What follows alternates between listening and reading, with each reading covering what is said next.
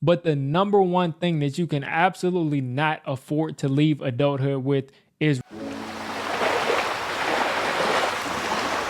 So I'm 28 years old, and this is what the first 10 years of adulthood has taught me so far. So when I turned 18, I was thinking that 3 things were gonna carry me through life. The first thing was make as much money as possible. The second thing was working harder than anybody else. And the third thing was, in order to do those things, I'm gonna have to get as many titles as I can. So 10 years later, I feel a little bit different than I did before because I've had some major life events. I graduated twice, I got married, and I've been laid off 2 times in the last 2 years. And after 10 years, I think I'm starting to kind of figure things out. So this video is gonna be a reflection, a little bit of psychology sprinkled in, and then also just 10 years of experience. You may not like everything I say in this video, but if you've been at it for any amount of time and it's just not working out for you, I think you're gonna get something out of this. So one thing I've always taken pride in, even though people say that Gen Z doesn't like to work hard, is my work ethic. At every job I've ever been at every school, everywhere I've been at,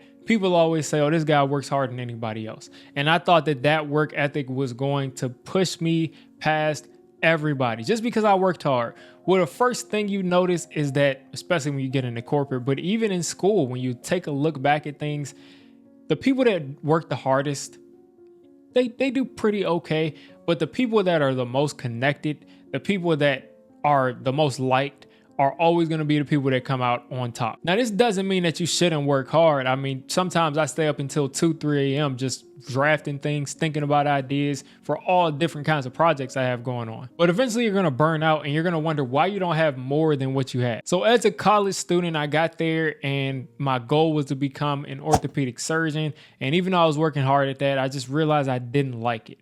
When I switched to what I actually like to do, when I switched to psychology, finances happened. I ended up having to take a semester off of school. And while I'm there working in this fast casual restaurant, saving up for my next semester, I'm thinking there's no way that I will ever have to work one of these jobs again. I'm going to kill it when I get back. And guess what? 7, 8 years later, I was working at one of those jobs again because I got laid off. This is me telling you that you can work hard as you want to about something and it won't matter. It won't matter because some things just are the way they are. Now, that doesn't mean that you shouldn't work hard, because if I didn't work hard, I can only imagine where I would have been. But my point is, hard work just in general isn't going to get you there. Now, when I got back into school years later, my girlfriend then, my wife now, told me as I was about to miss another semester due to finances because the financial aid office decided, hey, we're going to pull this from you. I wrote a letter. With her suggestion, I wrote a letter to the dean and got my teachers to sign off on it and everything. And because I wrote that letter to them, because I was convincing in that letter, I ended up not having to miss any more time. I got everything I needed to get and I was able to graduate. But if I didn't use that strategy, the hard work would have meant nothing. And that leads to a term called goal setting theory. And that means that the work that you're doing pretty much doesn't amount to much of anything when it comes to performance unless it is specific, challenging, and meaningful. And if it doesn't fall into those things, you're going to be running in circles. I wasn't someone who was not working, who wasn't working hard. I wasn't even someone who didn't have meaning. But because I didn't have a strategy, I ended up wasting time in my life that I'll never get back. Another quick example, Henry Ford in 1914 cut his employees' hours from 9-hour days to 8-hour days and doubled their pay. Now, of course, all of his rich friends said, you're stupid, this is dumb, there's no way that you should be cutting your employees' hours and raising their pay. But guess what? Ford's production went through the roof because, first off, people liked their jobs, there was a lot less turnover, and they were well rested. They weren't worked to the bone.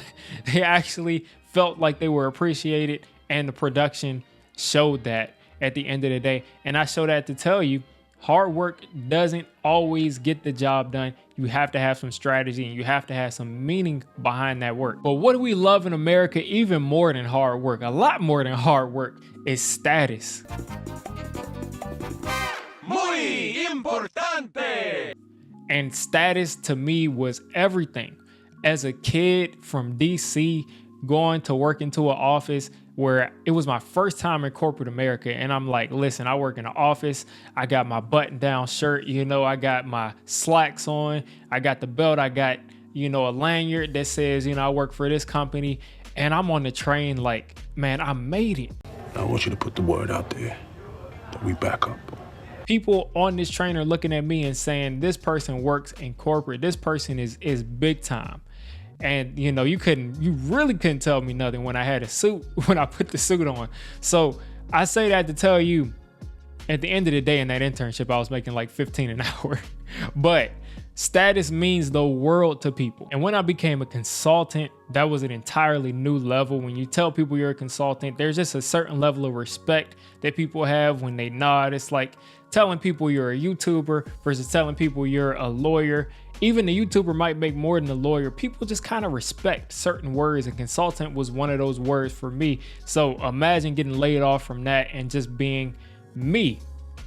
That was a huge pill to swallow, and it really just puts things into perspective that all of these labels, all of these titles that you can get really will never be the actual you. I mean, just on LinkedIn alone, I've seen people who were directors, who were VPs, who had huge positions making hundreds and hundreds of thousands of dollars a year, who've been out of work for multiple years.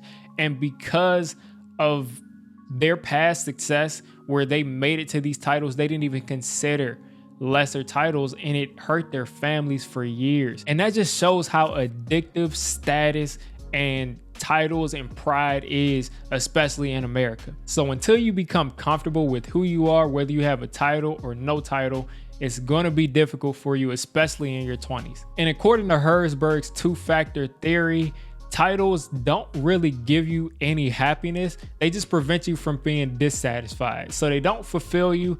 They just prevent you from not feeling fulfilled. So that can be a good thing, but it's kind of like you're just surviving with that title, with that sense of pride you feel. You're just really getting by because you feel like if you didn't have that title, and I felt this way 100% of the time, if you didn't have that title, what would you really be? Who really are you? And Herzberg also says that you're only going to get that momentum, that feeling from recognition, meaning, and growth. And here we are with that reoccurring theme of you have to have meaning with everything you're doing. In the mid 20th century, it was very easy for someone to join a company at any level and leave 40 years later as a VP. That was an amazing story, but it was much more common than it was, even 10 years ago.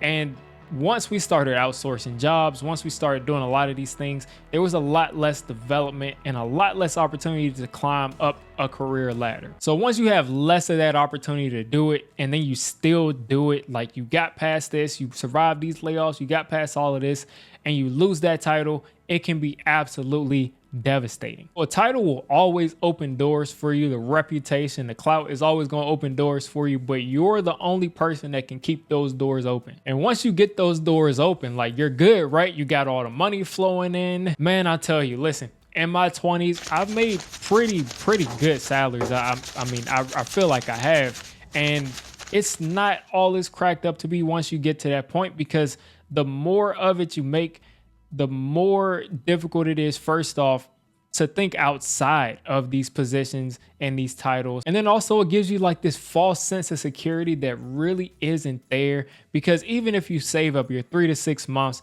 of expenses, guess what? People are looking for jobs for 2 to 3 years these days sometimes. So once you're a year and a half, 2 years past what you saved for, you're really not as secure as you thought you were making a ton of money. One example was when I first got married, my wife had to get her wisdom tooth pulled, and this extraction, this whole procedure, the specific procedure she had to get cost $7,500. We had like $15,000 saved up as kids, making $15 an hour. When I say kids, I mean early 20s, making $15 an hour at that point. We had like $7,500 saved up. But because we were still getting our life set up, we didn't have the best insurance at that point. We had to take half of our savings that we were saving for a house at that point to put towards dental surgery. Life is always going to life. It's always going to life. When we moved into our house, we felt great about that. A million things started breaking. Things are always going to happen in life.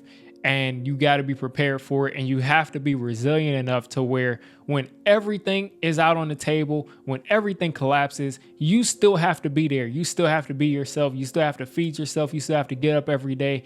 And that is something that you really learn in your 20s, is that a lot of times every single thing in your life is going to fall apart. But if you look at a ton of people who are in their 40s, 50s, 60s, 70s, you think their life never fell apart? You're going to get through it. There's usually not something that's so bad to where your entire life is over in your 20s. You know, God willing, you don't have any type of an illness. But money can definitely buy things. It can buy a lot of security, but it can't buy complete security until you get to a ridiculous amount of money. And because of that, you're usually not going to have the peace of mind that you wanted to have from it. So now let's talk about the self-determination theory. And that means that people thrive when they have autonomy, competence, and connection. And there you go with that reoccurring theme of autonomy, purpose, doing what you want to do is what I feel works the best for everybody.